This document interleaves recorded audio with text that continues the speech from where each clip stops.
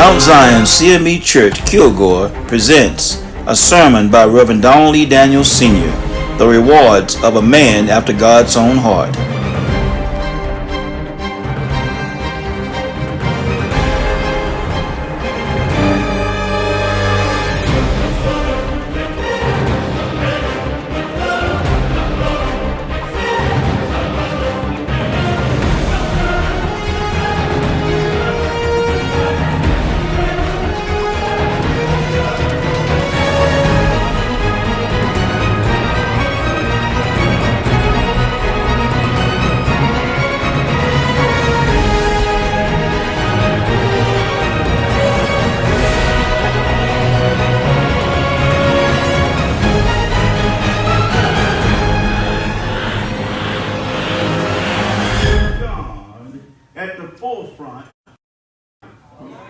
Amen. He did not keep him in the middle. He did not keep him in the back. Can I get a witness? He kept him at the front. He allowed God to lead him and guide him in many of his decisions. He blessed the Lord at all times and wrote several songs in God's honor. Songs that became a part of the canon of books that we study and call our Bible. They are meticulous in nature and written from David's own heart. In return, he is rewarded a blessing that he will not reap on this side of glory. Tell me, Holy Ghost. But one that causes him to ask the question, who am I that you have brought me this far? All right. And many of us, we ought to ask that same question. We ought to ask the Lord, Lord, who am I that you have brought me this far? We ought not get so full of ourselves to think that we made it on our own. We ought not get so full of ourselves that we forget to ask God, Lord, who am I? I am a worm. I'm nobody. But yet you have brought me this far. Amen, somebody. Some of us have suffered from cancer. It's been declared cancer-free. While others have succumbed to that enemy of the body. Many of us are still here while some of our friends and loved ones have already gone. We ought to ask the Lord, who am I? During this coronavirus pandemic, many people have gotten the disease. Some have died and some have not. Some of us have gotten it. What makes us? Some of us have not gotten it. So what makes us so special? Tell me somebody. You ought to ask yourself that question right now. What makes me so special? Some people just might say, don't ask questions, just accept your blessing and go on. But it's all right to acknowledge that you are not worthy of these blessings. Can I get a witness? I'm not worthy to be the one who was picked in the field while the other one did not get picked. I'm not worthy to be the one who was picked on the rooftop while the other one did not. I'm not worthy to be the one who was saved and the other one did not. Help me, somebody. But I thank God. I thank God for bringing me this far. David wanted to build a temple, a house for God. However, God told him that he would not be the builder. His son Solomon, who would come after him, would build his house.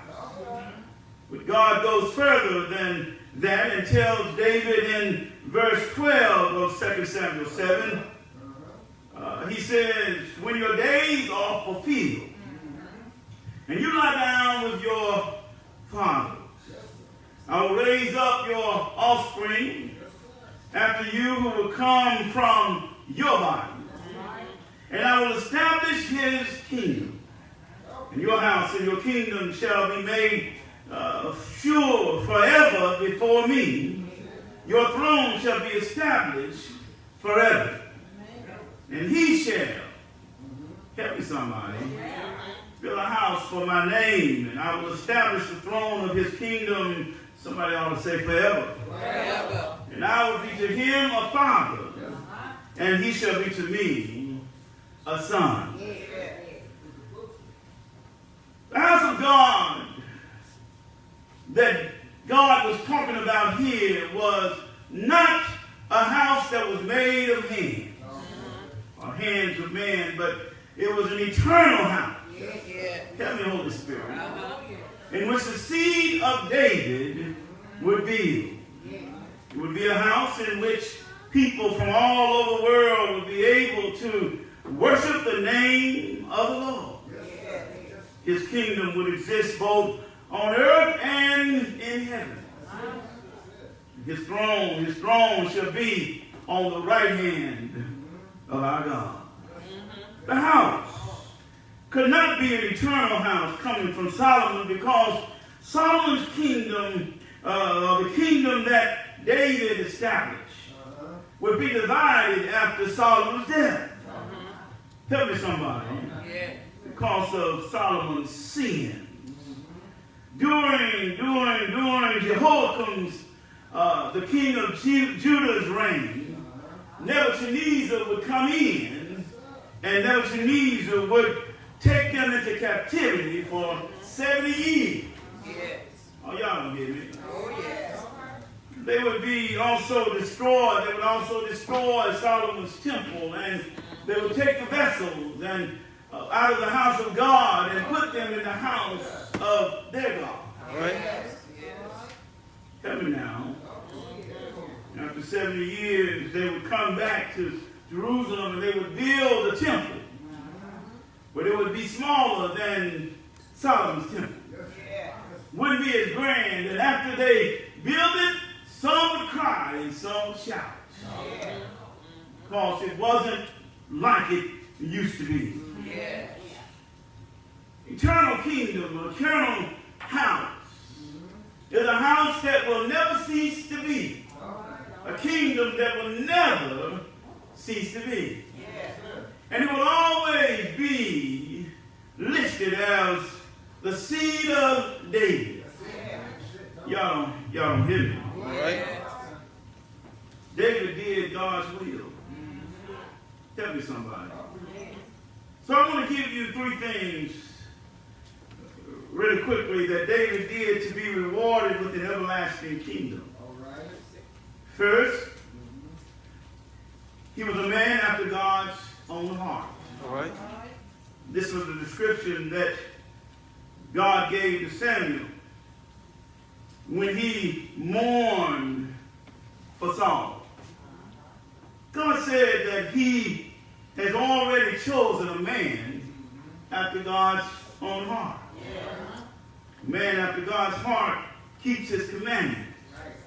Paul says in Acts chapter 13, as he was giving them the Hebrew history, he says that I have found in David, the son of Jesse, a man after my heart, who will do all my will. Verse 23 of Acts 13 says, of this man's offspring God has brought to Israel a Savior, Jesus, as he promised. Somebody else say, as he promised. David did God's will. He was not afraid of the giants or the enemy that would continually come after him. He trusted. Somebody say he trusted. Whatever God told him to do, God would see him through. Amen, somebody. How about you today? Whatever God asks you to do you believe that God will see you through? That's the way to be after God's own heart. So let me tell you another thing David did, David prayed continually to God. That ought to be a part of your prayer life, a part of your life every day, is to pray continually to God. Don't just pray when you want something. Can I get a witness? I got some folks that I don't hear from until they need something. Y'all know what I'm talking about. I'm talking about people who I'll never see. They won't return my text. They won't pick up the phone when I call. But when they need something, they call me. Ask me, can I help them out? Amen, somebody. When the enemy had come into Ziklag in 1 Samuel chapter 30, and taken David's family along with the other women and children, David inquired of the Lord, shall I pursue after this band? Shall I overtake them? And God answered him, pursue, for you shall surely overtake them and shall surely rescue. So David set out, and 600 men who were with him, and they came to the brook Bezor, and where those who were left behind stayed. But David prayed, and he sought the Lord before he went out. Can I get a witness? And it's good for us as we are getting ready to go out and do anything. We should pray about it. Amen? You may not have to pray and ask God to do it, but you ought to pray that God will give you safe passage. You ought to pray for your family when you see them leave the home. You ought to pray that my husband, pray that my wife will be safe. They'll come back all right. Tell me somebody. We need to pray before we take on big things. I know that car looked good that you saw in the lot and down in Pelche. It looked good. It looked good there at the Cadillac house. And you said, I can see myself in it. They got all kinds of deals during this pandemic and 0 interest. Amen, somebody. 6 months. No payment. All the way to the last 6 months. Amen, somebody. It looked good to you, but before you take on that responsibility, you ought to pray and ask God. Is this the right thing to do? It looks good. Is this a door that you're opening, or is this a door that should remain closed? Amen, somebody. Pray and ask God first. Pray before you take tests. I'm not just talking about school tests. I'm talking about tests that you have run at the doctor. Right? See, at my age, I'm in school, so I take tests at school every week. But I also have tests periodically at my doctor. Amen. When you have prostate cancer, they check you every 6 months or so, and to make sure you're still cancer-free. And I always pray that my answer is a good answer. Amen, somebody. Well, David prayed continually to God. And many of his songs are prayers that he wrote to God. The number 2 thing that David did, he meditated both day and night. All right. His first song, Psalm number 1, describes the righteous man. He delights in the law of the Lord and meditates routinely. Amen. The Bible says day and night, but I want to say routinely, he meditates. Do you have that quality in you? Do you have that in you? Do you meditate when you get up in the morning? Do you start your day in prayer and supplication? Do you read your Bible? Amen. Bible and study the Word, or do you turn on your phone and listen to a message from one of God's servants? Amen, somebody. Do you meditate? Do you meditate both day and night? I would be willing to bet that some of you probably forget to say your blessing before you eat. Help me, somebody. I didn't say all of you. I said some of you. Don't get mad at me. I'm saying some of you. Amen. And then there are some who forget to pray when they get up, pray when they get ready to go to bed. Amen. Many of us pray when we get in trouble. Amen. David meditated. And you have to meditate. Paul told us in Romans chapter 12 that we should present our bodies holy and living sacrifices unto God. Can I get a witness? Said that's our reasonable service. And then he said, be not conformed to this world, but be transformed by the renewing of your mind. Oh, you don't hear me. That you may discern what is that perfect will of God. And in order for you to do that, you have to meditate. You have to get in the spirit. For in the flesh, it is impossible to please God. Right? Romans chapter 8. You have to understand, in the flesh, you cannot please God. Right. You have to meditate. You have to meditate. Right. Daniel had a routine of prayer.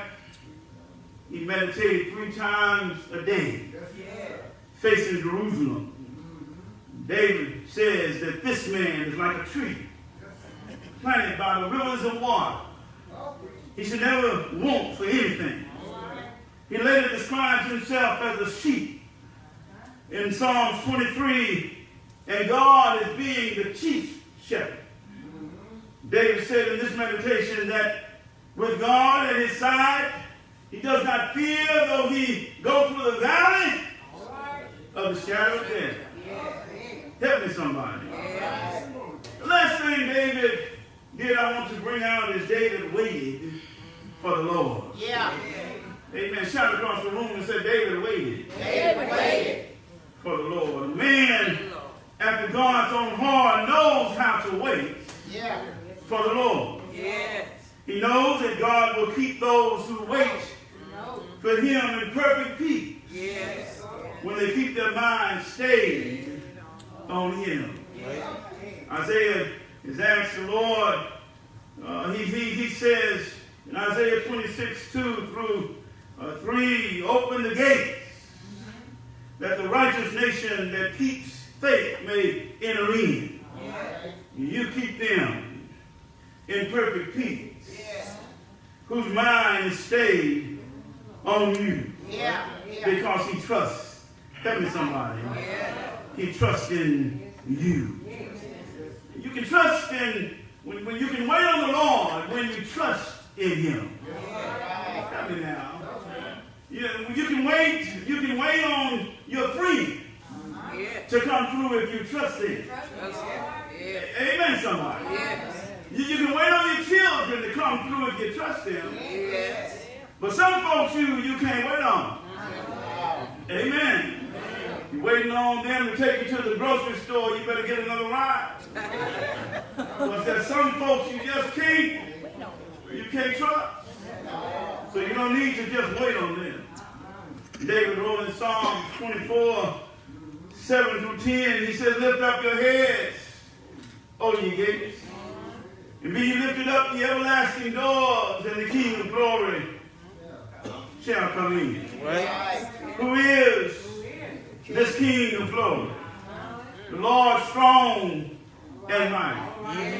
The Lord mighty in battle. He said, lift up your heads, O ye gates, and be lifted up, ye everlasting doors, and the King of glory shall come in.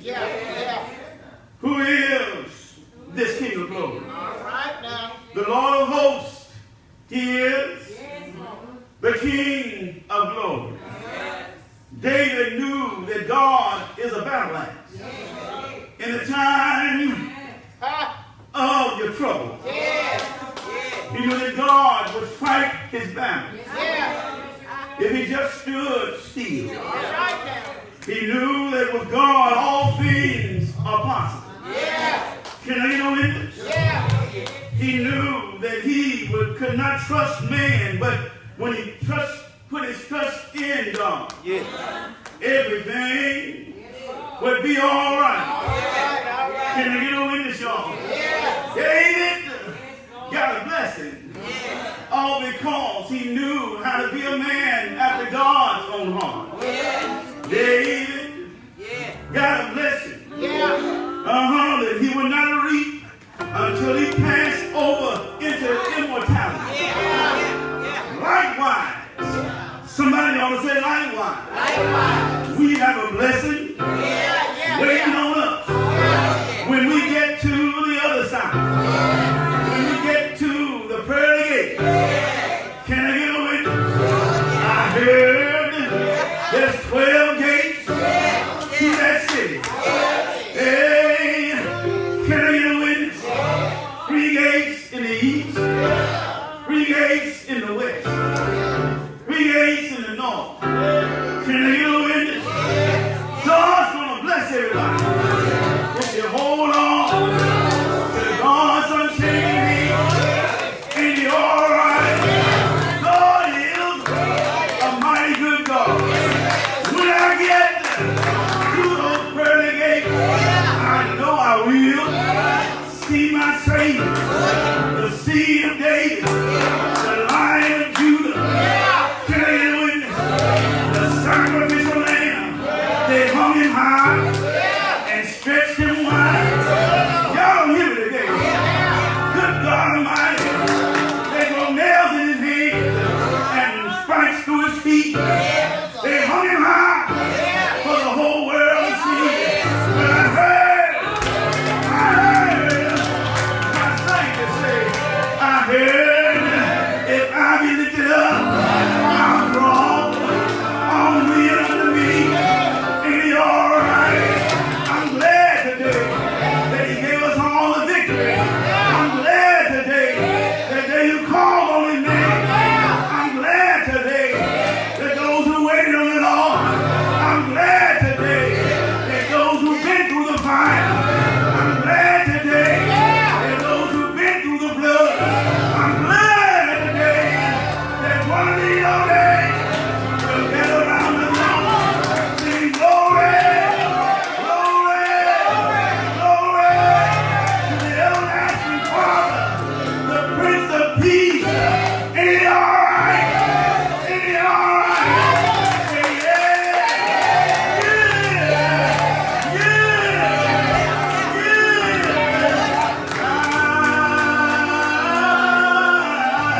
I know he's all right. Do you know he's all right? Do you know he's all right? Do you know he's all right? You ought to reach up your hand right now and take hold of your blessing. Because you got a reward. Help me somebody. I've had some good days. I've had some hills to climb. I've had some weary days. And some restless nights. But when I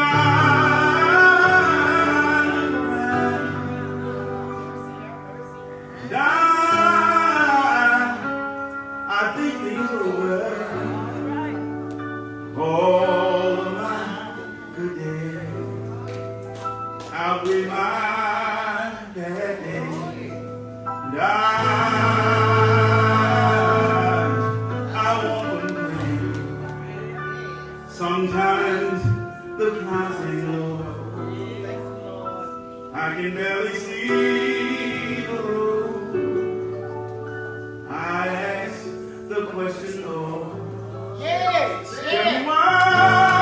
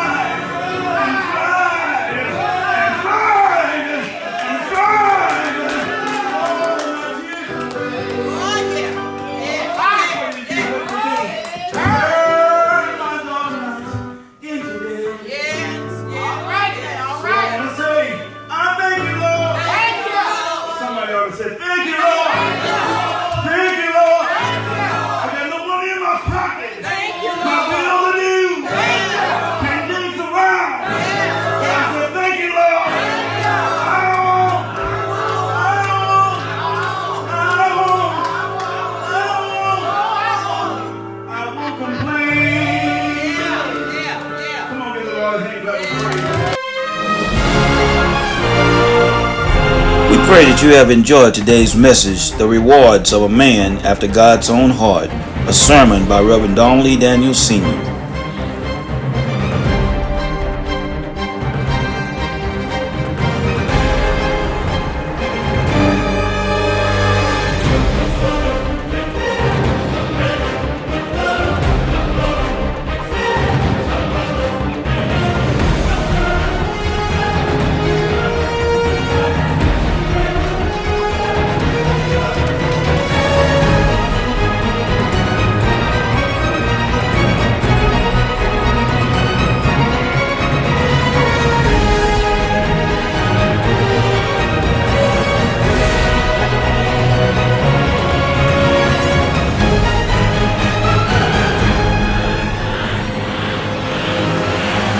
This message can also be found at Mount Zion CME Church-Kilgore.com and YouTube.